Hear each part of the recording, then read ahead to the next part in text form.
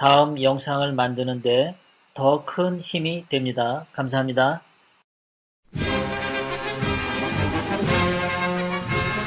시민운동을 주도하고 계신 박태우 국제정치학 박사님을 모시고 차기 대선에서 정권을 되찾기 위한 야권 대선 후보 단일화를 위해서 우리의 역할은 무엇인가에 대한 말씀을 들어보도록 하겠습니다. 네, 오늘 토요일인데 날씨가 굉장히 화창합니다. 그리고 추위가 조금 꺾인 것 같아요. 오늘 지금 한반도 주변 정세, 물론 뭐 이제 대권 후보들 동향도 있습니다만, 그거보다 조금 더 중요한 이야기가 성김 인도네시아 미국 대사 대북정책 특별대표가 아마 서울에 와서 종전선언 문제를 가지고 뭐 대화를 한다, 이런 뉴스들이 계속 지금 나오고 있습니다. 그런데 결론적으로 저는 미국이 이 종전선언 문제를 이 문재인 정부가 뭐 하도 이 문제를 가지고 집요하게 하니까 일부 워싱턴의 좌파 세력들 로비를 받아서 뭐 논의는 뭐 하고 있다는 얘기 들었지만은 본격적으로 이걸 뭐 채택하려고 논의를 하고 있다면 당장 중단해야 된다. 예? 해서도 안 된다. 이것이 대한민국 자유파 국민들의 시각이다. 저는 그렇게 생각합니다. 제가 지난주 일요일 날 백악관 출입하는 수석 출입기자 하고 뭐 이 문제 가지고 미국 상황을 좀, 제가 미국 여기 서울에 있다 보니까 장시간 하려고 1시간 이상 뭐 90분 가까이 통화를 하면서 말씀을 나눠봤습니다만은 미국도 이게 종전선언이 갖는 의미에 대해서 미국도 좌파들이 있으니까요, 의회에도 있고 일부 빼고는 현실적으로 이게 상당히 안 좋은 결과로 이렇게 갈 수 있다는 것을 다 인지는 하고 있습니다만은, 워낙 청와대에 있는 문재인 주석파 권력의 핵심을 비롯한 뭐 외교부 장관, 통일부 장관, 뭐 국방부 장관을 비롯한 뭐 외교부 과장까지 그냥 뭐 종전선언 가지고 지금 뭐 올인하고 있다시피 하고, 또 북한을 어떻게든 대화의 테이블로 끌어내려와야 되는데 그 유인책으로 이거밖에 없다고 막 이렇게 이야기하니까, 미국이 실질적으로 우방국들하고 북한한테 대화를 하기 위해서 인도적인 지원을 좀 하겠다는 그러한 의지를 가지고 인도적 지원 보면 어느 정도까지 할 것인가 논의하는 과정에서 지금 종전선언 이 카드가 하도 이 좌파 정권에 의해서 뭐 집요하게 이렇게 지난 4년 반 동안 로비 활동을 통해서 이제 최근에는 내년 2월 북경의 동계올림픽에서 남북 정상회담이나 남북 미 정상회담, 그리고 남북 미 중이라든지 이렇게 해서 또 지난번 비핵화 가짜쇼 같은 이런 음모를 통해서 뭐 실체도 없으면서 그냥 외교적으로 뭘 좀 했다는, 외교적으로 실체는 없어요. 내가 봐도 종전선언이 됩니까? 여기 북한이 조국 해방전쟁이라는 그러한 가장 숭고한 목표를 포기하는 것이 종전선언이지, 우리 대한민국이 언제 전쟁을 일으켰어요? 쳐들어가기로 했습니까? 북한의 동체 정권이 한반도 적화 전략을 포기하기 전에는 종이 쪽지로 그런 거 만들어놔봤자 아무 의미도 없는 거를 말이죠. 예? 그리고 지금 미북 대화의 전제 조건으로 여러분도 알다시피 대북 정대시 정책을 철회하라, 예, 부터 해가지고 말이죠. 그리고 지금 한미 연합훈련은 뭐 북한의 아주 집요한 요구에 의해서 또 좌파 정권의 협조로 거의 축소되고 뭐 형식적인 컴퓨터 시뮬레이션 게임으로 좀 전락되어 있는 이런 상황인데, 이거를 뭐 더 양보를 해가지고 북한에 김여정이가 지난번에 뭐 이거 남북 정상회담도 좋은 것 같다 그러고 이제 종전선언 카드에 대해서 긍정적인 어느 정도의 그런 효과가 있는 거 아니냐, 이런 여론을 만들면서 지금 급물살을 타고 있는데, 결론적으로 얘기해서 미국 정부가 이제는 논의도 하지 말아야 돼. 논의도. 왜냐면 하도 좌파 정부가 집요하게 이 문제를 가지고 협상하자고 한다고 할 때 왜 굳이 북한하고 대화할 이유가 뭐 있어요? 지금 대화 안 해도 돼. 내가 보기에는 아니 핵물질 계속 추출하고 국제사회에 기만하면서 핵 무기 보유수가 이제 60개에서 많게는 100개까지 무는 상황에서 다 실패한 정책을 되풀이할 이유가 뭐 있냐 이게 내 얘기는. 거기다가 종전선언 그 2억 1천만 원 그 카드까지 줄 이유가 없는 거예요. 대화를 위한 대화는 하지 말라 이거야 내 얘기는. 에? 아니 실질적으로 북한 핵을 폐기하는 정책을 가지고 이제 승부를 봐야지. 대한민국의 주사파 정권이 이야기한다고 동맹국이 이거 끌려가면 되겠습니까 여러분? 이거 보통 문제가 아닙니다. 이제는 저와 같은 보수적인 정치학자는 20년 전부터 얘기해왔어요. 북한 핵 문제는 북한의 독재 정권이 결정적으로 멸망하든지 아니면 체제전환이 있기 전에 안 된다. 다 증명이 됐다는. 북한의 아주 나쁜 버르장머리를 하나도 못 고쳤잖아요 그동안에. 에? 북한이 도발을 하면 말이죠, 협상을 해가지고 보상을 해주고, 보상을 해주면 북한이 조금 있다가 또 다시 그걸 협정을 파기하고 도발을 하고, 이런 악순환이 지금 지난 1994년도 이후에 북한 핵 문제에 관한은 계속 지금 되고 버르장머리가 하나도 고쳐진 게 없단 말이에요. 그런데 무슨 종전선언이냐 이거예요. 이제는 저와 같은 현실주의적인 학자들은 이제는 북한 문제 해결할 수 있는 거는 종전선언이 아니고, 이제는 다 겪어봤잖아요. 우리가 할 만큼 해보고 햇볕 정책으로 갖다도 줘보고 달라도 보고 동맹국들도 해봤는데 전혀 효과가 없었고, 오히려 국제사회를 기만하면서 지금 영변의 핵시설에는 플루토늄 재처리하고 농축우라늄 재처리하면서 핵무기를 만들 수 있는 그런 물질을 많이 추출해놓고, 대량 살상무기 중에서 생화학무기는 아주 세계 4위 보유국입니다. 에? 여러분 탄저균 같은 거 말이죠, 서울상공에 1kg만 뿌려도 수만 명이 그냥 간다는데 세계 4위 생화학무기 보유국이 북한입니다.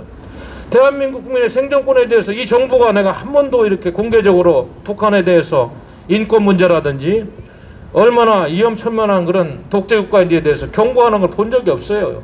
거기다 종전선언까지 만든다는 거는 난센스 중에 최고의 난센스다. 국민 여러분들도 그걸 잘 아셔야 됩니다. 근데 저도 그렇게 안 되면은 북한의 핵무기가 계속 증가하고 중국 공산당이 뒤에서 장난하니까 더 안 되는 거 아니에요? 예? 뒤에서 장난하면서 겉으로는 뭐 북한 비핵화하면서 북한 독재정권 끼고 미국 견제하고 대한민국 EJ 정책으로 분열시켜서 한반도 분할 통치하려니까 안 되는 거 아니냐고 말이에요. 그러면 이제 답은 확실한 거예요. 이제 이러니까 한 달 전부터는 이제 미국에서도 정책 전문가들, 다는 아닙니다만은 과거에도 뭐 그런 이야기는 있었지만 이제 막 지난 한 달간 막 서너 군데서 쏟아져 나오는 게, 아니 그러면 실질적으로 한국도 이제 자체 핵을 개발하는 방향으로 가서 북한과 공포의 개념을 이뤄서 거기서 핵 문제를 제거해야지, 미국이 계속 북한하고 되지도 않는 그 협상하고 이러면서 북한 핵무기 수만 증가시켜주고, 또 미국이 실질적으로 북한이 대한민국에 대해서 핵공격을 했을 때 대한민국을 핵우산으로부터 보호해줄 수 있는 확실한 장치가 되느냐? 최근에는 그것도 아니라고 나오는 거 아니에요? 최근에는 왜?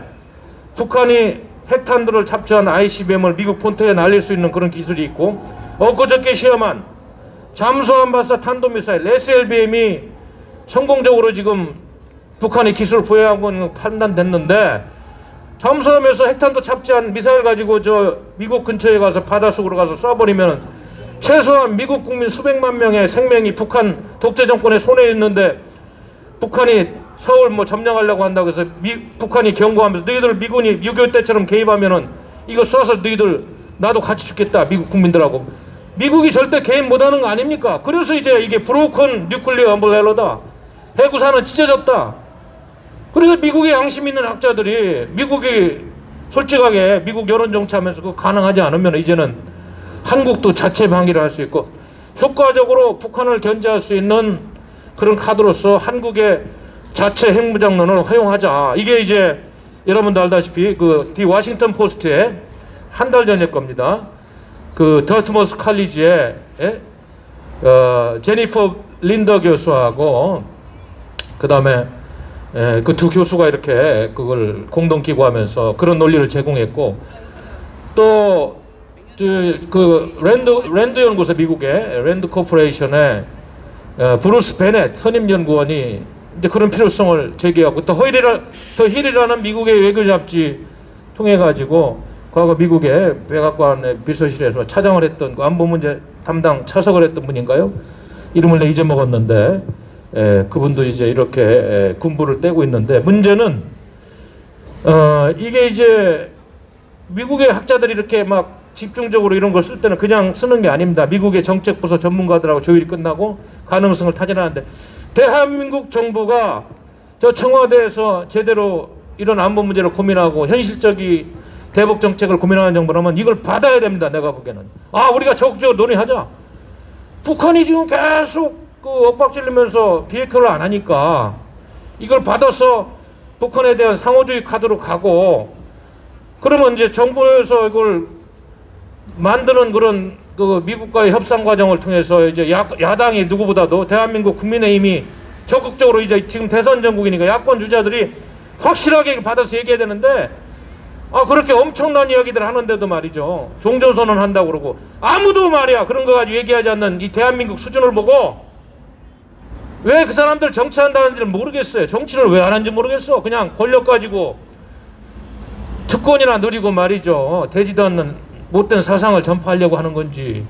나 야권이 더 한심해요. 이 정도 되면 이 주사파 정부는 그러다 치고 종북 정권이니까 친정 정권이고, 야권 후보들은 이제 뭐 하는 거야. 이런 엄청난 논의들이 진행되는데도 정신 나간 사람들이야 지금 계속 말이야 지금 논쟁 뭐 인연 가지고 논쟁하고 헛소리들이나 하고 있는데, 그런 짓거리들 하지 말고 대한민국 국민의 생명권을 지킬 수 있는 그런 이슈 가지고 본질적으로 대한민국을 잘 이끌 수 있는 지도자가 될 수 있는지 그런 거를 보이란 말이야. 대한민국 국민들이 이렇게 형편없고 초등학생도 안 되는 국민들이냐고.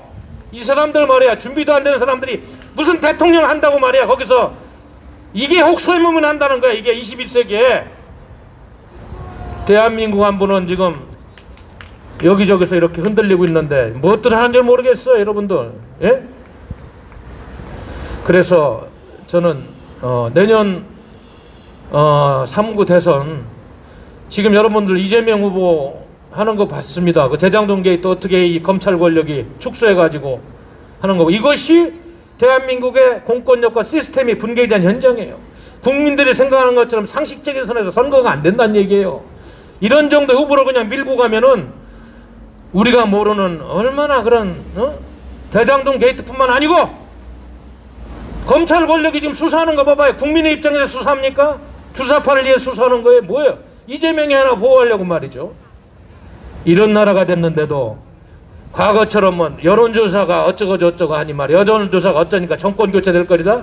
어림도 없는 소리야. 내가 보기에는 정신도 못 차리고 있어. 여론조사 가지고 대통령 선거되는 시대 아니야 지금. 대한민국은 내년에 체제전쟁의 마지막 보루에서 적화되느냐 살아남느냐 일촉즉발에 지금 마지막 6.25 때를 얘기하면 낙동강으로 밀린 게 아니야. 저 부산 다대표로 밀렸어. 그거를 구할 야권의 후보들이 정신을 못 차리고 말이죠. 이런 엄청난 논의가 진행되는데도 한마디도 토론회장에서 내가 심각하게 하는 사람을 못 봤어요. 이거 어떻게 해야 됩니까? 여기 대한민국 수준이 이거밖에 안 됩니까? 저는 그래서 제가 뭐 얼마 시작 안 했습니다. 박태우 TV에서 내가 이런 문제를 계속 분석하면서 내 답답해 영어로도 찍어가지고 내가 미국에 보냈어요. 좀 뿌리라고. 이거 안 된다. 종전선언 논의 그런 거. 잘 모를 수가 있어요. 우리처럼 대한민국에서 태어나가지고 말이요. 여기서 어렸을 때부터 뭐 교복 입고 교련, 고등학교 때도 교련하고 대학에서 교련 수업 받고 군대 갔다 오고 이 체화된 연구를 하는 학자들이 정확한 것이지 미국에서 한국을 얼마나 알겠어. 알면 학자들이 여기 주한미군에서 근무하고 간 그 과거의 그 전직 그 군사 전문가들은 정확히 알지 모르지만 논리적인만 가지고 되는 게 아닙니다. 여기 성김씨 와가지고 그런 놀이 한다면 당장 중재하라고 해야 돼. 무슨 종전선언이야 종전선언이. 대한민국 국민들이 무슨 껌값입니까 지금? 이거 말이야 정말로 안 된다는 얘기입니다. 우리 존경하고 사랑하는 애국 시민 여러분, 내년 3구 대선은 경제 문제, 코로나 문제, 정말 우리 대한민국 국민들에게 정말 씻을 수 없는 고통과 아픔을 주고 모든 정책에서 정말 상식을 벗어난 주사파 정책에 주사파 정권의 그런 무모한 말이야 시도로 소득주도 성장 논의니 뭐니부터 해가지고 이 나라가 지금 둥둥 떠내려가고 있어요.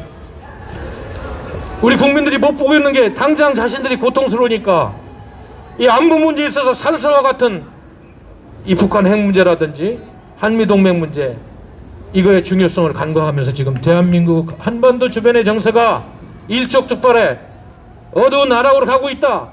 여러분, 대만 해협에서 말이죠, 중국 공산당이 150대 전투기 띄우면서 연일 대만 합병하겠다고 할 때 미국과 일본 그리고 우방국들이 항공모함 4대 보내가지고 강력하게 현지하니까 중국 공산당이 할 수 없잖아요. 마찬가지예요. 한반도 문제도 이제 대화를 하고 그런 시대가 아닙니까? 강력한 현실주의에 입각해서 저 간악한 북한 독재 정권을 제압을 하거나 힘의 우위 정책을 통해서 공포의 균형을 이루고, 그리고 대한민국이 핵을 가지면 북한하고 핵 군처 협상하면서 핵을 자가한 다음에 다시 NPT 조약에 들어가도 아무 상관이 없어요. 이제 그런 이야기가 나오는데 왜 대한민국에서 못 받아먹느냐 이거야.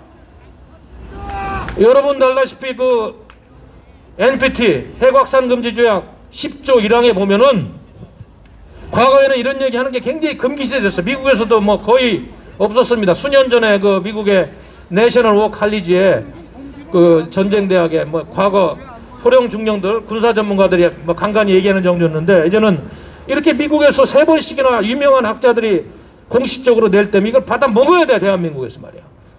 어떻게 이렇게 국방부 서욱장관이라는 사람 말이야, 예? 엊그저께 저 국정감사장에서 SLBM 그거 뭐 위협이다, 위협적이 뭐 도발이 아니다, 유감이다는 얘기하고 말이야. 왜 도발이라는 말을 못 써? 도발이지 대한민국에 대한. 이런 정보를 믿고 국민들이 편히 잠잘 수 있어요? 정의용이도 마찬가지야. 미국에서 종전선언의 이야기하고 이인영 통일부 장관은 아이고 뭐 대화하자는 뜻이지 뭐. 이 사람들이 도대체 대한민국 국민 생명 먹고 세금 먹어가지고 봉급 빠져 사는 사람들이 누구를 위해서 사람들이야. 이 사람들 태민대에 전부 북한 가서라고 보내야 돼. 내가 보기에는 봉급도 저 북한의 김여정이한테 받아 먹으라고. 왜 대한민국 국민들 세금 가지고 저 봉급 주지 말아요. 당 정지시켜버려야 돼 말이야. 대한민국 국민들의 생명을 위해서 일을 해야지. 무슨 가짜 평화 프로세스니 말이야. 이런 거 다시 가동해가지고 내년 선거에서 포퓰리즘으로 정권이나 연장하려는 이 세력들을 국민들이 용납하면 되겠느냐. 정말 큰일 났다. 다시 돌아가가지고 NPT 10조 1항 뭐라고 되어 있습니까 여러분? 비록 NPT 회원국이지만 심각하게 직접적인 핵이 위협으로부터 처해 있는 그런 국가는 3개월 전에 NPT 회원국이나 연전보장이사에 통보한 다음에 그 핵위협을 제거하기 위해서 NPT로부터 탈퇴할 수 있다는 그런 10조 1항 규정이 있잖아요. 이제 미국에서 그것까지 알려주면서 이렇게 얘기하고 있는데, 대한민국의 그만한 싱크탱크들, 야당 의원들 저 국회에서 통일외교 통상위원회 국방위원회를 왜 못 받아먹냐고. 어제 나 같은 힘없는 학자가 말이야 이런 이야기를 하면서 연일 그래도 그 누구도 이걸 적극적으로 받아먹는 세력을 못 봤다. 예? 그래서 이런 거를 보면은 비단 여기 엊그저께 지난주인가요? 며칠 전에 민주노총은 여기 서울 시내에서 말이야 몇만 명이 시위해도 막는 것처럼 하고 허용이 되면서 자유우파는 문재인 정권 비판하면 시위하면 몇백 명도 허용 안 하는 이런 것만 보더라도 대한민국 시스템은 여러분들이 원하는 그런 시스템이 아닙니다. 다 붕괴됐다. 국회는 없는 거나 마찬가지고, 여러분을 위해서 일하는 국회도 아니고, 더군다나 야당은 존재감이 없으니까 없는 거나 마찬가지야. 야당이 없다고 봐야지. 맞아요. 야당 믿으면 안 돼. 대안 세력이 없으니까 하도 없다 보니까 할 수 없이 거기에다 지금 지지율을 주고 있는 거지. 여러분들이 믿을 만한 지도자가 어디 있어요 도대체 지금. 그래서 존경하고 사랑하는 애국시민 여러분, 이게 이제 대선 날짜도 며칠 안 남았고 우리 국민들이 걱정하고 밤잠 설치면서 이거 이래서 되겠느냐. 이제는 여러분들이 정말 누구도 믿을 수 없어요. 여러분들 스스로가 여러분들 가족을 지키고 대한민국을 지키는 시민운동 가지고도 안 될 것 같아. 내가 보니까 이제는 아무리 뭐 여러분들이 개개인이 노력하고 그래도 이 시스템 자체가 다 이거 뭐 대장동 게이트, 백현동 게이트 수수하는 거 봐봐요. 국민이 그거 다 알고 있는데 유동규 하나로 꼬리 자르는 그런 수사하는 이 정부를 믿고 여러분들이 무슨 여러분들의 미래를 맡깁니까? 완전히 시스템이 붕괴된 거예요. 사법 시스템이 붕괴되고 안보 시스템이 붕괴된 것이다. 존경하고 사랑하는 애국시민 여러분, 이제는 여러분들 스스로가 이 대한민국을 지키고 여러분 가족을 지키는 위대한 대한민국 구출작전에 들어가지 않는 한 이런 후보들, 이전도의 저 야권 후보들 수준들을 가지고 역사인식과 편협한 인식을 갖고 있는 정권교체를 어떻게 한다는 것이지 나는 솔직히 의심스럽다. 보세요 여러분들, 상식선을 가지고 이재명 후보 같은 사람을 역검으로 만들어서 밀고 가는 이 정권, 이거 상식을 가지고 보면 안 돼. 이거는 좌익혁명을 하는 혁명세력으로 봐야 되는 거야. 예? 북한까지 나서서 국민의힘 게이트라고 하는 이 전국을 그냥 여론조사 가지고 뭐 내년에 정권교체 있다고 할 수 있다고 이렇게 평범하게 인식한다면 난센스다. 국민들이 정신 차려야 된다. 내가 보기에는 그거 아닙니다 여러분. 정말로 좋은 지도자를 세우고 일단 내년에 정권을 찾아오는 운동에 온 국민들이 이제는 더 긴장을 하고 더 주인의식을 갖고 헌법을 지키고 여러분들의 가족을 지키는 그런 적극적이고 아주 획기적인 운동을 만들어야 되겠다. 이런 말씀을 드리면서 오늘 연설을 마치겠습니다. 감사합니다. 화이팅 화이팅! 예, 박태우 교수님 좋은 말씀 감사합니다. 내년 3구 대선에서 우리가 어떤 지도자를 뽑아야 될 것인가 대한 확실한 말씀을 해주신 것 같습니다. 우리 국민들이 정신을 똑바로 차려야 될 것 같습니다. 이어서 6.4 17.15 인간하신 이래 전후방 각지에서 지휘관 참모를 두루 경험하시고 육군 소장으로 재편하신 후에는 영삼 정권 시절에 국방차관을 역임하신 이정린 장군님을 모시고 오늘날 우리가 당면한 안보 현실에 대한 말씀을 들어보도록 하겠습니다.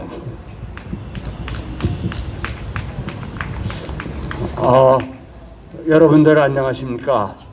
이 추운데도 여기에 나와서 이렇게 애쓰시는 여러분들 정말 애국자고 여러분들 존경을 합니다. 저는 육군대학 총장도 하고 거기 있을 때 안보 교육도 많이 했습니다만은 특별히 그 손자병법에 대해서도 강의를 한 적이 있습니다. 손자병법은 변하지 않는 세계 최고의 병서입니다. 거기서도 말을 하기를 국가의 통수권자 즉 대통령은 이 안보를 최고의 우선시해서 국민을 안전하게 지키는 것, 이것이 기본 임무다, 이렇게 정의를 하고 있습니다. 지금 우리나라는 새로 5년을 다스려 나갈 대통령을 뽑는 중대한 시점에 서 있습니다. 이 대통령은 우선 통수권자로서 국민을 안전하게 지키는 것, 즉 안전하게 해야 되는, 그래서 이 안보가 지켜져야 사회가 안정이 되고 이것을 바탕으로 해서 경제가 발전하고 그리고 우리가 필요한 국방 예산을 확보하게 되는 겁니다. 국가의 모든 정책은 국민의 여론을 바탕으로 해서 그것을 집약해서 정책을 만드는데 안보 정책만은 대통령이 확실한 안보 정책을 세워가지고 국민의 공감을 얻어서 강력히 시해 나가는 거, 즉 톱다운, 위에서부터 내려가는 거다 이거죠. 그래서 대통령을 잘못 뽑아놓으면은 우리 국민을 지키는 안보 정책이 무너질 수 있다. 제가 그 역사 공부를 꽤 했는데 우리 5000년 사도 그렇고 세계 역사를 보면은 배고파서 나라가 무너진 일은 없습니다. 국가가 안보가 제대로 안 됐을 때 나라가 무너진다.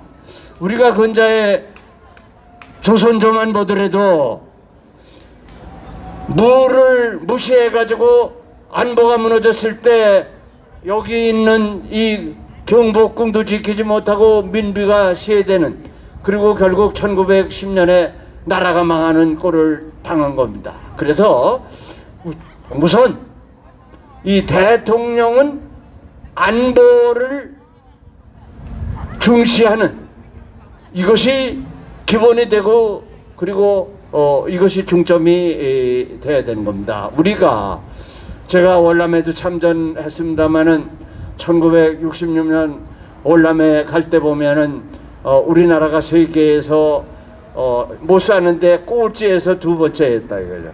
필리핀이 제가 중대장 갈 때만 해도 우리보다 3배 잘 살았다 이게. 근데 현재 우리가 경제 10위권을 유지하면서 안전하게 살 수 있는 것은 한미동맹을 기초로 해서 한미연합 방위태세가 강력하게 줌으로써 우리 안전을 지켜줬기 때문에 이것을 바탕으로 해서 우리가 현재 안전하게 살 수 있는 이런 나라가 된 것입니다. 그리고 우리가 나라를 지켜가는 우리 안보의 핵심이 되는 이 전투기라든가 함정 그리고 육군의 중요한 무기를 확보하는 데는 10년 내지 15년이 걸립니다. 고로 대통령이 5년마다 바뀌는데 바뀔 때마다 안보정책은 바꾸면 안 된다 이거죠. 제가 국방부 차관을 할 때 미국의 이런 무기를 확보하는 차관이 비밀리 한국에 왔어요. 그래서 저하고 회담을 했는데 당신 그 차관을 얼마 했냐 그랬더니 지금 16년째다 이거예요. 그러니까 정권이 바뀌더라도 그 왜 이 무기를 확보하는데 10년 15년이 걸리니까 도중에 그 사람을 바꾸면 안 된다 이게 아마 지금도 하고 있을 거예요. 그래서 이 안보 정책만은 뭘 확 바꿨다가 뭐 했다가 이렇게 하는 것이 아니다. 이것을 여러분에게 분명히 말씀을 드립니다. 그리고 여러분들 기억하시겠습니다마는 미국의 카터 대통령이 주한미군을 철수하려고 그랬습니다. 그때도 제가 국방부의 기획관시 실장으로 중요한 정책을 맡고 있었습니다마는 하여튼 카터 대통령은 막무가내로 주한미군 그 당시에 3만이었었는데 이거를 12개 제대로 나누어서 이 철수를 하려고 이렇게 했어요. 그래서 현재 12개 제대 중에서 한 제대가 철수하고 지금 11개 제대는 그대로 남아있는데 그 당시에 연합군 사령관 겸 유엔군 사령관 비시 대장 그리고 그 참모장 시무로보 장군 이런 사람들은 외국군인데도 불구하고 카터 대통령의 철군 정책에 강력히 맞섰고 그리고 국가가 정말 운이 있어서 카터 대통령이 우리나라를 얼마나 무시하면 김포공항에 내려가지고 막바로 동두천에 있는 미 이사단으로 갔습니다. 그리고 가는 길에 박정희 대통령하고 회의를 하고 가도록 이렇게 한국을 무시했는데 하느님이 도우사 그리고 헬리콥터로 오도록 돼 있는데 비가 억수같이 쏟아져 가지고 배시 대장이 그때 길이 나쁘기 때문에 동두천에서 서울까지 오는데 2시간이 걸렸어요. 오면서 차에서 카터 대통령을 설득을 해가지고 그 철군 정책에 대해서 회의를 하도록 했어요. 근데 배시 대장은 상당히 훌륭한 장군으로서 미 합참 의장까지 했습니다마는 최초에는 그 미국의 브라운 장관이고 총장으로 내정이 돼서 카터 대통령 면담하는 과정에서 통상 면담할 때는 15분이 걸리는데 이 카터 대통령이 자기의 한국에 있는 미군 철수 그 계획에 대해서 어떻게 해서 절대 반대한다를 시비가 붙어가지고 75분을 했어요. 서로 대통령하고 다퉈가지고. 그래서 배시 대장은 총장에서 미끄러지고 참모 차장으로 아주 그 좌초되는 그런 걸 겪었고 그 당시에 참모장 시무로브 장군은 공개적으로 카터 대통령의 철군 정책을 반대했기 때문에 직위가 해제됐다가 강제 예편되는 이런 꼴을 당했습니다. 그래서 우리는 이런 두 사람의 외국 사람인데도 미국 사람인데도 불구하고 우리 안보를 위해서 노력한 이분들의 우리가 공로를 잊어서는 안 될 것입니다. 그분들이 아니면은 지금 주한미군이 여기에 없을 수도 있다 이거예요. 그래서 그분들 다 돌아가셨습니다. 그분들을 위해서 박수 한번 쳐주시기 바랍니다. 지금 종전선언, 평화협정, 그리고 한미연합사 개조 이런 말이 많이 돌고 있습니다. 지금 한미연합사는 제가 그 창설 멤버로 일도 했습니다마는 사령관은 미군 같은 대장인데, 그리고 부사령관은 한국군이 맡도록 돼 있어요. 근데 요새 민족 자존이다. 한국 사람이 대장이 사령관을 하고 미국 사람이 부사령관이다, 이런 말이 돌고 있다 이거예요. 이거는 말도 안 되는 얘기다 이거예요. 구라파에 있는 나토 사령부, 거기 있는 다른 예하부대도 전부 미군이 맡고 있습니다. 만일에 한미연합사령부의 사령관을 한국군이 맡고 있고 미군이 부사령관이다, 그랬을 때 유사시에 미육군 수십만, 그리고 여러 개 항모단, 그리고 수천 대의 전투기가 오게 돼 있는데 이걸 어떻게 지휘할 거냐예요. 이거는 미군이 사령관을 맡고 있어야 효율적으로 지휘가 되고 미국 작전 그런 세력이 더 올 수 있는 거다. 그러니까 이거 말도 안 되는 일을 했기 때문에 이거는 반드시 막아줘야 됩니다. 그리고 이 종전선언 평화협정, 우리가 세계 역사를 보더라도 1939년에 영국의 챔버린 그리고 히틀러가 서로 평화협정을 맺었지만은 1941년에 오히려 2차 대전을 촉진시키는 결과를 가져왔다 이거예요. 그리고 1941년에 미소 불가침조약을 맺었지만은 뭐 이것도 금세 깨졌다 이거죠. 그리고 여러분도 알겠습니다만은 자유월남, 이게 8개 국가가 뭐 평화협정을 맺었지만은 14개월 만에 자유월남은 패망하고 말았다 이거예요. 그래서 이 평화라는 것은 힘이 있어서 힘으로 지키는 거지, 무슨 종전선언을 했다 평화협정을 했다 이건 안 된다 이게요. 만일에 종전선언이 되고 평화협정이 체결됐다 그러면 북한이 주도를 해가지고 이제 이 평화가 왔으니 유한사회체, 연합사회체, 미군 철수로 이어질 거다 이게요. 그러면 또 국론이 분열돼서 혼란이 올 것입니다. 그래서 이것은 반드시 막아내야 되고, 여기 계신 분들도 여러분이 영향을 미칠 수 있는 그런 범위 내에서 최대한 노력을 해야 우리나라가 안전하게 지켜질 수 있다 이렇게 생각을 합니다. 그리고 우선 핵에는 핵으로 대응할 수밖에 없다. 핵에는 다른 게 할 수가 없어요. 그래서 당장 전술 핵무기를 여기다 다시 갖다 놔야 됩니다. 그리고 전술 핵무기를 구라파에서 마찬가지로 우리나라와 미군이 다시 관리하도록 해야 된다 이게요. 그래서 언젠가 우리는 지금 핵 우산하에 있습니다만은 우리가 이것만을 절대적으로 믿고 있어서는 안 된다 이거죠. 언젠가 만일에 미국하고 관계가 나빠져서 핵 우산이 약화된다, 그럼 어떻게 될 거냐 이거예요. 그래서 지금부터 어떤 위협이 올 때는 우리가 즉각적으로 핵을 개발할 수 있는 잠재적인 역량을 우리가 지금부터 키워나가야 되고 그렇게 가져야 된다고 생각합니다. 여러분 어떻게 생각하십니까? 네. 그리고 국방력을 키우는 데는 돈이 있어야 됩니다. 안보 위협이 큰 나라는 GDP 대비 5% 수준대로 국방비를 유지하고 있습니다. 여러분 우리나라의 지금 국방비가 얼마인지 아십니까? 그전에는 정부 예산의 3분의 1이 수준이었는데 지금은 정부 예산의 9% 수준이에요. 그리고 2% 수준이다 이거예요. 그리고 지금 전투기 한 대가 1억 불 이런 시대가 왔다 이거죠. 그리고 우리는 아주 큰 함정, 전투함, 그리고 잠수함 이런 것을 해나가야 됩니다.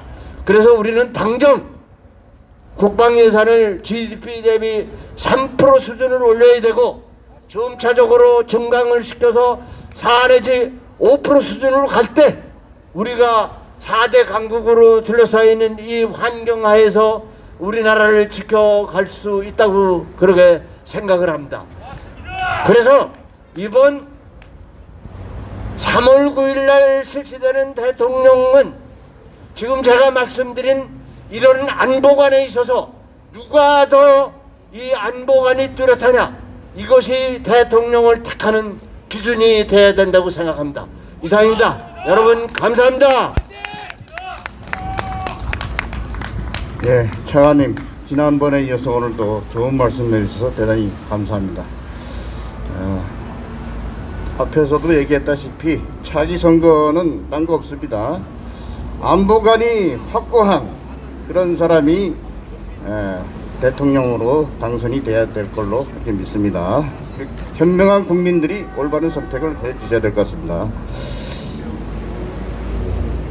다음은 전국대학 구국동지회 강군열 회장께서 소위 여권 대선 후보라는 이재명이가 몸통으로 확실시되고 있는 대장동 게이트는 특검이 답이다 라는 주제로 말씀을 해 주시겠습니다.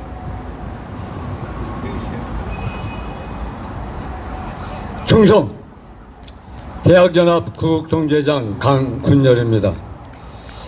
요즘 우리 5천만 전 국민들의 가장 뜨거운 감자가 있다면은 그거는 대장동 비리 게이트일 것입니다. 근데 이 대장동 게이트 비리는 경기도 관내에 적을 두고 있는 경기경제신문이라고 하는 그 신문사의 박종명이라고 하는 기자가 이 칼럼을 썼는데, 그 칼럼을 통해서 이 대장동 비리 게이트가 전국에 알려지는 계기가 됐던 것입니다. 그 박종명 기자가 칼럼을 썼는데 그 칼럼의 제목이 뭐냐? 이재명 지사님, 이 화천대유는 누구 것입니까? 이재명 지사님, 이 화천대유는 누구 것입니까? 이런 그 제목의 칼럼을 썼어요. 이 박 기자라고 하는 분도 자기가 이 기사를 쓸 때 이 기사가 이렇게 엄청나게 지금같이 엄청난 후폭풍을 몰고 올 것이라고는 전혀 생각을 못했다는 겁니다. 근데 자기가 이 칼럼을 썼는데 자기에게 다가오는 반응들이 이 보통 심상치 않았다는 것입니다. 먼저 화천대유 쪽에서 강력한 그 요청이 들어왔는데 그 기사를 삭제해달라고 하는 그런 요청이 들어왔다고 합니다. 그리고 그 바로 다음 날에는 이 박종명 기자를 걸어서 명예훼손 혐의로 고발을 한 겁니다. 여러분, 기사를 통해서 명예가 훼손됐다면 언론중재위원회 중재를 통해서 고발하게 돼 있는 겁니다. 근데 뭐가 그렇게 바빴는지 그런 절차를 다 무시하고 즉각적으로 이 박 기자를 걸어서 명예훼손 혐의로 고발을 했다고 하는 것입니다. 또 놀라운 것은 또 5일이 지난 다음에는 이번에는 그 박 기자를 걸어가지고 손해배상 청구 소송을 걸고 들어온 거예요. 손해를 입었다는 거죠. 근데 그 소송 가액이, 손해배상 가액이 얼마냐? 무려 10억이나 됐다는 겁니다. 그런데 그 박 기자가 그 손해배상 이 고소가 들어온 걸 보고, 소송이 들어온 걸 보고 그걸 분석해 봤대요. 자, 이 박 기자의 기사를 통해서 화천대유가 손해를 받았다면 구체적으로 우리 화천대유는 이러이러한 손해를 봤다, 뭐 영업의 손실을 봤다든가, 또 우리 화천대유라고 하는 기업 이미지에 타격을 받다든가, 이런 게 적시돼야 될 텐데 그런 건 하나도 없고 마치 이재명이는 화천대유와 전혀 관계가 없다는 듯이 조목마다 이재명이와 화천대유가 관계가 없다는 그런 사항들만 적어놨다는 거예요. 이거는 화천대유가 고발한 게 아니고 마치 이재명이가 고소인으로 고발한 것처럼 느껴졌다는 거예요. 그 순간에 이 기자가 갖는 촉이 있습니다. 아, 이게 큰 게 더 나오겠구나, 이거 더 큰 게 걸렸겠구나, 그러면서 자기가 엄청나게 큰 사건을 건드렸다는 것을 순간적으로 깨닫다는 거예요. 여러분, 우리 속담에 도둑놈이 제발 저린다고 그랬잖아요.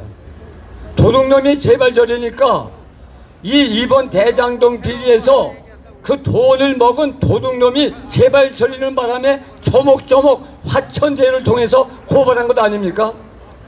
지금 5천만 국민은 이 대장동 비리 게이트의 몸통이 누구를 알고 있습니까? 이재명을 알고 있는데 동의하시면 맞다! 다시 한번 맞으면 맞다! 예, 여러분은 참 탁월한 판단력을 가지고 계신 건강한 의식의 시민이라고 생각이 됩니다. 자, 여러분, 그러면 이 대장동 비리 게이트는 복잡한 게 하나도 없어요.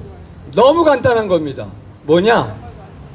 이 성남시가 이재명 시장 시절에 이 성남도시개발공사를 통해서 이 분당구 대장동에 있는 택지를 개발하면서 처음에 공공개발로 출발을 했어요. 공공개발하면요, 그 땅값을 싸게 강제로 수용할 수 있는 권한이 있는 거예요.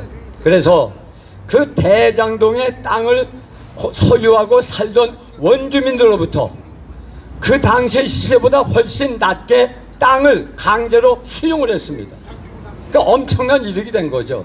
그리고 이 공공개발을 다시 민간개발로 바꿨어요. 그래가지고 민간인들이 그 택지를 조성해가지고 아파트를 만들었어요. 그래가지고 그것을 분양하는데 그 주변에 있는 아파트보다 훨씬 비싼 시세로 아파트를 분양한 겁니다. 땅은 싸게 샀죠. 또 아파트는 비싸게 팔았죠. 엄청난 차익이 생긴 거예요. 그게 무려 8천억.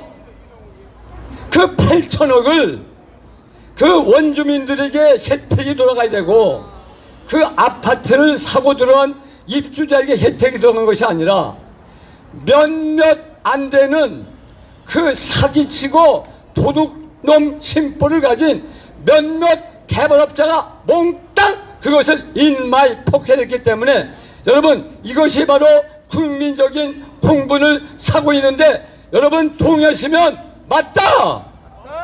맞다! 여러분, 이 문재인이가 사건이 이 정도 되니까 대통령으로서 가만히 있을 수 없다 그래가지고 검경에 지시해가지고 서로 협력해서 이 대장동 비리를 정확하게 수사하라 이렇게 명령했습니다. 그때로부터 검경이 움직이기 시작했습니다. 그런데 실제적으로는요, 이거는 검경이 해야 될 문제가 아닌 것입니다. 이번에 보니까 그 성남도시개발공사 기획본부장이었던 그 아주 굉장히 중요한 키 역할을 했던 유동규 씨를 구속영장을 신청할 때는 뇌물죄와 배임죄를 정확히 적용해가지고 구속을 시켰어요. 근데 그 유동규 씨를 이번에 재판에 올리는 과정에서 공소장에는 뇌물죄만 들어가고 배임죄는 싹 빠져버렸어요.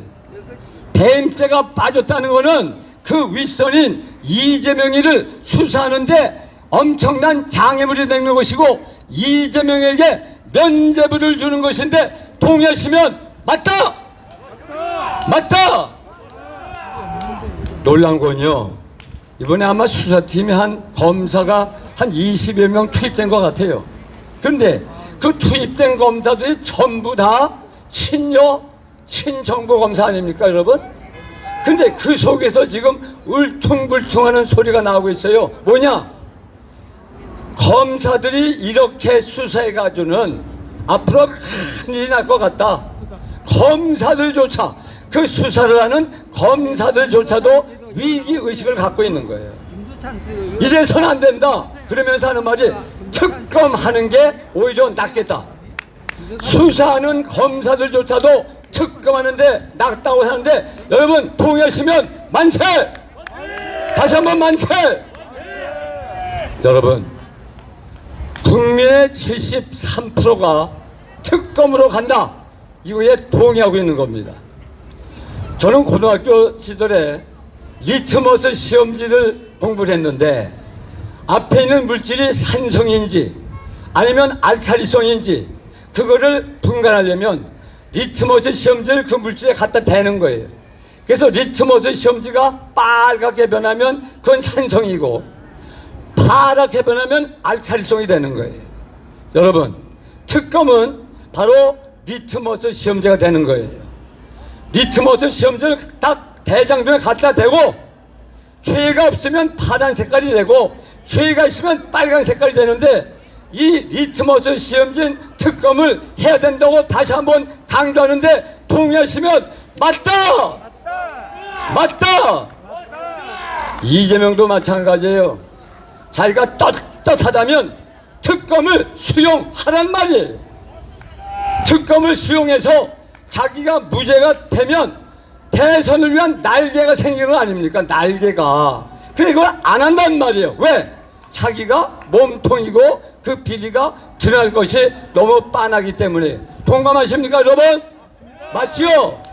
그러므로 국민의힘당은 더불어민주당을 어떤 방법을 통해서 압력을 가든지 해서 반드시 이 대장동 비리 게이트에 특검을 도입해서 잘못을 명백하게 국민 앞에 밝힐 것을 강력하게 촉구한다!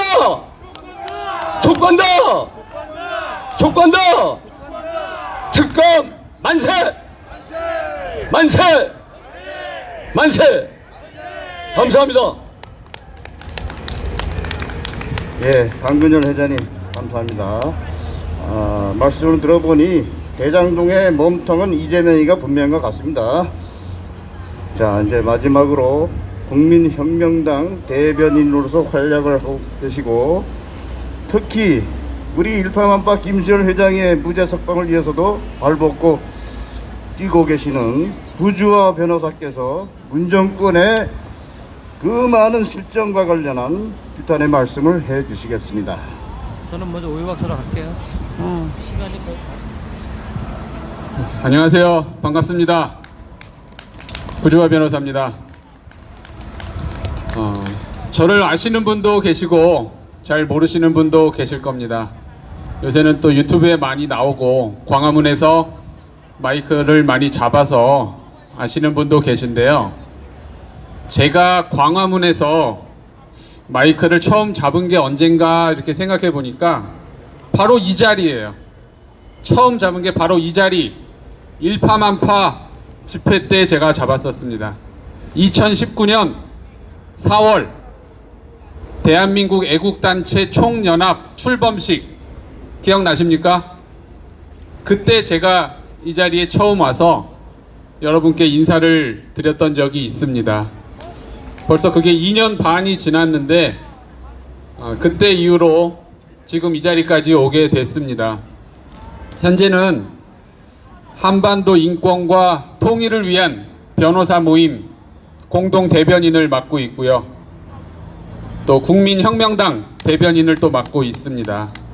어딜 가든지 저를 또 대변인 시켜주셔서 감사를 드리고요.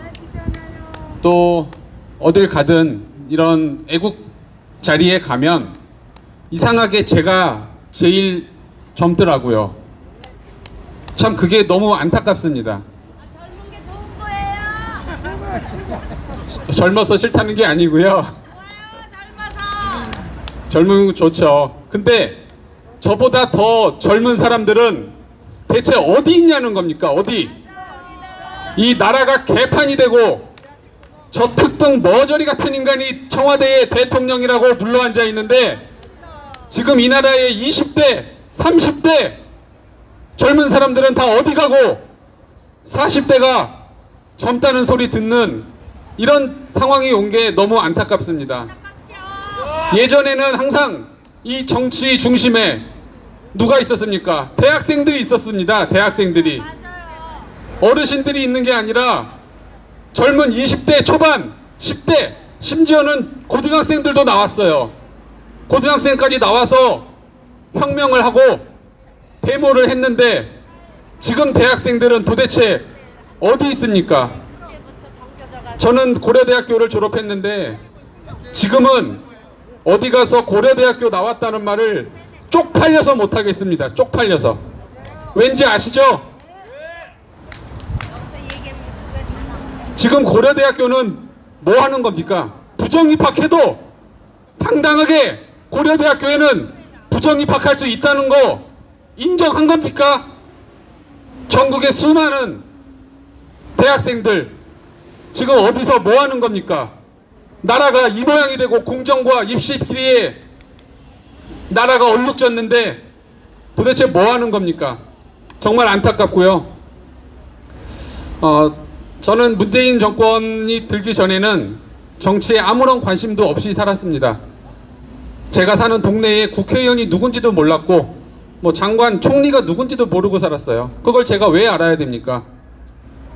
하지만 문재인 정권이 들어서 나라가 점점 빨갱이 나라가 되고 있어서 제가 어쩔 수 없이 나서게 됐습니다. 애국 사건들도 아마 우리나라에서 변호사 중에 제가 제일 많이 하고 있을 겁니다. 그거 분명합니다. 제가 하고 있는 사건들 잠깐 말씀을 좀 드릴게요. 다들 아시다시피 김수열 대표, 김경재 지금 총재 변호하고 있고요. 정광훈 목사님 사랑제일교회 변호하고 있고, 우리 탈북인 대표 박상학, 박정호 대표 변호 행정소송 다 맡고 있고요. 또 상진아재 김상진 대표 소송 수십 건 하고 있습니다. 우파 삼촌 TV 그리고 천안함 용사들 대리해서 고발했고, 부정선거 비례대표 소송 대리하고 있습니다. 뭐 이것뿐 아닙니다. 이거의 몇 배는 더 많은 소송하고 있습니다. 제가 이 자리에 무슨 욕심이 있어서 나왔겠습니까? 전혀 아닙니다. 이 자리에 나오면 정말 세상적인 그런 욕심으로 보면 제가 얻는 것보다 잃는 게 훨씬 많습니다. 저희 얼굴 다 나오죠. 이름 다 나오죠. 대통령 욕하죠. 태극기 흔들죠. 잃는 게 훨씬 많아요. 제가 정치 욕심이 있어서 할 것 같으면 큰 정당에 갔겠죠. 거대 정당 오라는 데도 많았습니다. 작은 정당, 큰 정당. 무슨 돈 욕심이 있어서 제가 이 자리에 왔겠습니까? 명예 욕심, 권력 욕심 전혀 아닙니다. 단지 나라가 엉망진창이 되고 상식과 공정과 정의가 다 무너지는 저 특등 머저리 같은 인간이 청와대에 대통령이랍시고 눌러앉아있는 이 현실을 견딜 수가 없어서 나와서 외치고 싸우고 있는 것입니다. 적어도 대통령이 되려면 국민들이 봤을 때 이 나라에서 가장 훌륭하고 존경받을 수 있는 그런 인물이 대통령이 돼야 되지 않겠습니까? 근데 어떻게 된 게 내가 해도 저거보단 잘하겠다 하는 인간이 대통령이라고 저기 눌러앉아 있습니다. 대통령이 저기 앉아 있는지 한 몇 달 안 돼서 저도 느꼈습니다. 아, 내가 해도 저거보단 낫겠다. 내가 해도 저뿐 아닐 겁니다. 여기 계신 모든 분들이 마찬가지 생각을 하고 계실 겁니다. 그러니까 저 인간이 북한에도 특등 머저리 소리 듣고 있고, 그 말하니까 뭐라고 했습니까? 윤건영이라는 사람이 청와대 비서실 출신이죠. 아, 특등 머저리는 적극적으로 우리랑 대화하고 싶다는 뜻이다. 그러니까 저 인간이 특등 머저리 소리를 듣고 있는 거예요. 그런 소리를 듣고 찍소리 못하고 청와대 비서실 출신이라는 인간이 그런 해석을 하고 있는데도 아무 말 못하죠.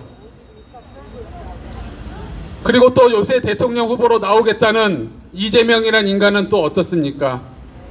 뭐 말할 필요도 없고 이번 국정감사에서 또 조폭의 돈을 받았다라는 그런 의혹이 터져 나왔죠.